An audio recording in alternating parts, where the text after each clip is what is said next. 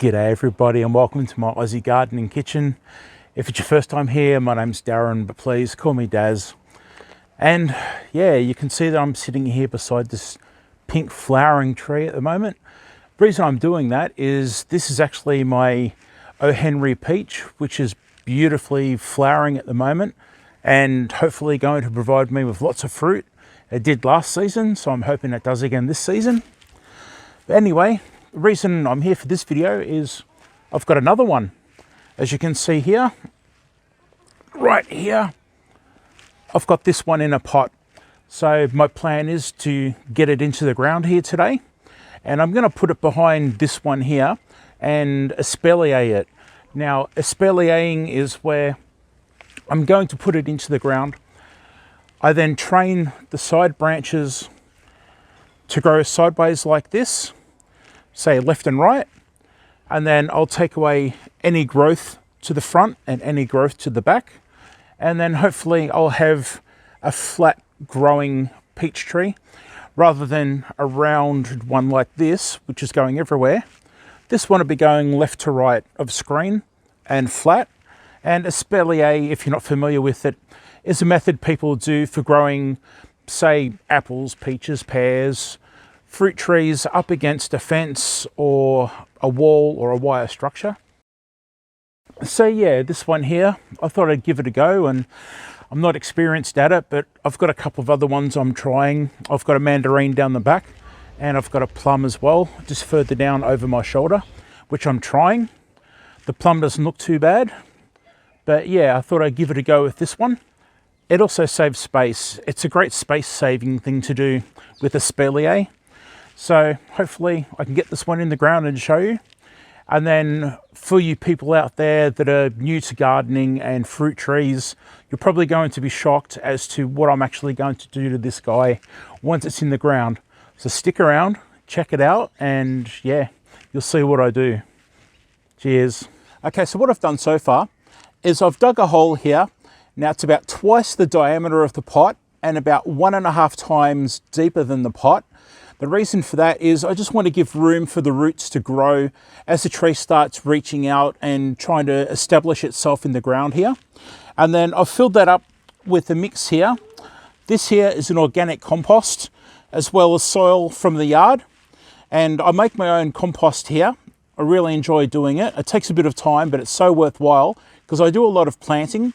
And it's also good for topping up all your different trees and veggie beds. Getting some nice organic compost in there to feed the plants over time. It's a really great idea. So now that I've got that organic soil mix into the hole, I've got blood and bone here. Now this blood and bone, I think it's also called blood meal in other places. It's a beautiful fertilizer. It's a byproduct of processing animals, and I guess the name gives it away, blood and bone. So I like to get that in there, and I'll just chuck a couple of handfuls in. There's a few handfuls actually. And what I'll do, I just rub my nose and it stinks. So what I will do is I will now blend that in by hand and just get it mixed in there. And it gives a bit of extra nutrition in there for the roots when they're reaching out and trying to look for a feed. And then I'm going to make a hole in the middle and get this plant out of the pot and into that hole. So I'll now show you that next step and we'll move on from there. Okay, so now as you can see, I've got it into the ground. Now I've got it close to the wire, just here.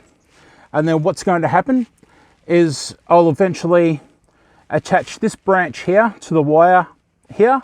And the tip of this will then continuously be bent down or tied to the wire, so the branch grows that way.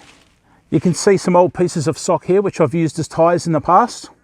And what I'll do is I'll tie this one to here, and then have the tip grow out over past my shoulder along the wire. And that will be the first layer of the left and right growth. And then this one here, that will be bent to a wire about here somewhere. And that growth will then go out towards there. And then this one here, same story. That will be attached to a wire, the same wire about this high. And this growth will be pretty much trained to grow back past over my shoulder. And then this one here is a central leader. So this one here is pretty much the trunk of the tree, and from that grows branches that will grow left and right, and they'll be the next layers up above. Now I've got one growing at the back here. I would normally chop that off because I only want growth left and right. I don't want it backwards and forwards. But I'm just going to keep this one as backup for now, just in case one of these next ones break or die off. I can carefully bend this one at the back as a backup, either left or right. So in fact, you can see down here, this one down here has actually died.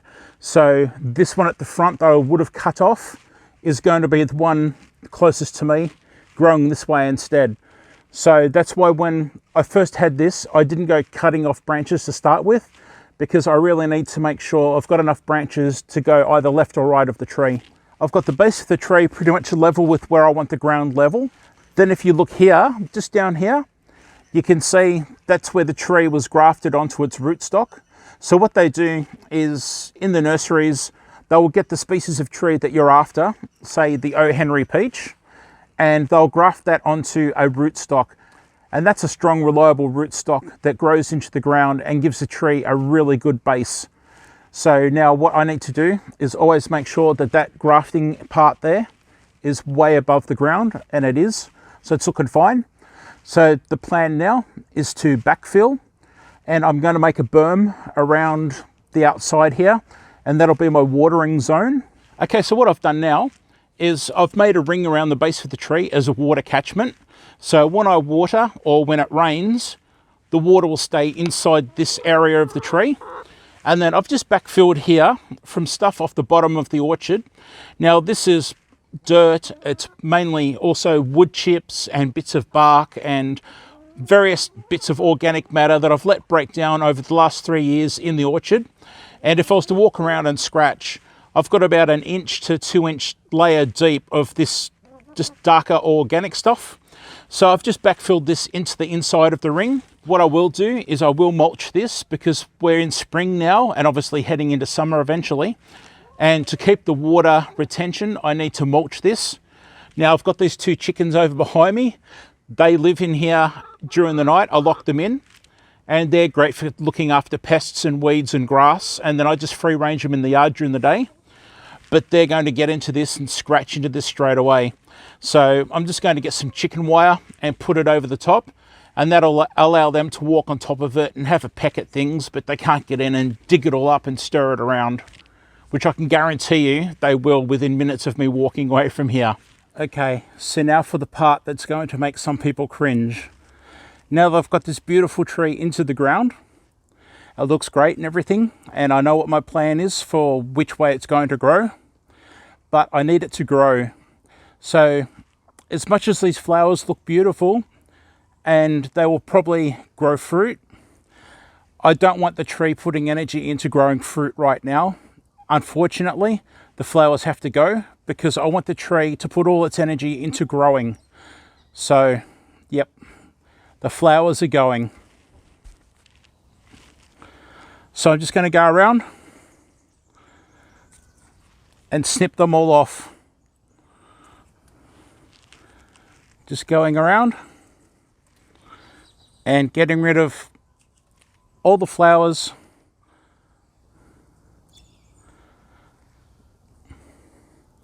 So the tree puts all its energy into growing these branches and getting big and strong.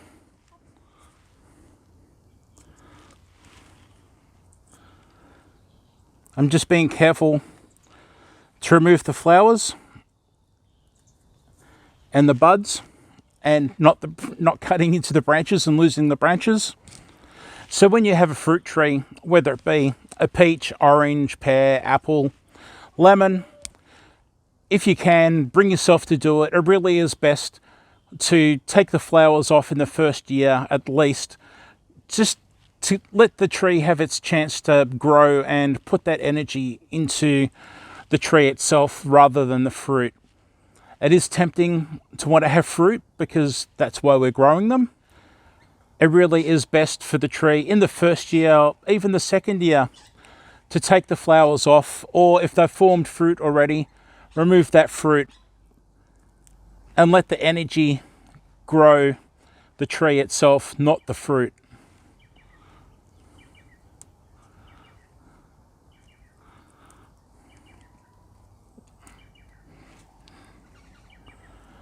So there we go. I'll remove more as they pop up because there are a few buds starting to form. But yeah, it's not the greatest feeling, but for the overall growth of the tree, it's best for it right now. So that's what I choose to do. And I've had success with all my other trees by doing this method. So that's the way I like to do it here. I did this with my other tree that you saw in the picture just before in its first year, and it was very painful. But now you've seen how many beautiful flowers are growing on that peach tree over there, and hopefully that's going to perform so well this year and give me a lot of fruit. So it is worth it. I'm happy with the tree. It's a healthy tree, the other one. And hopefully this one here in time will grow and spread out and espalier like I want it to. And then when it's growing in that form, I can come along and just pick fruit from the branches as they've gone out left and right.